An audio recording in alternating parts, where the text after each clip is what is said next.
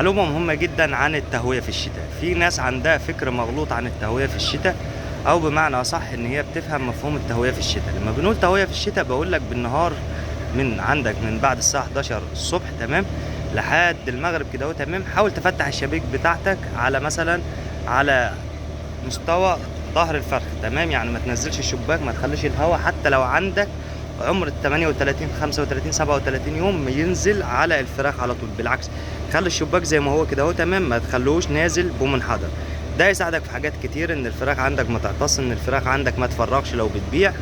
طيب بالليل حاول ان الشباك اللي موجود عندك يكون على شكل 7، ما يكونش الشباك مثلا انت عندك مفهوم غلط انك انت لازم بالليل تهوي ويكون الفراخ واخده اكسجين زايد. لا، انت بالليل علشان التوفير في الغاز وعلشان برضو الفراخ ما تكتمش منك على شكل 7، وامشي وسط الفراخ بتاعتك هتلاحظ ان الفرخ بتاعك مرتاح. خلاص ما تدوش تهوية اكتر علشان ممكن يعطس منك. لو لقيت ان الفرخ محتاج اديه سنة تهوية.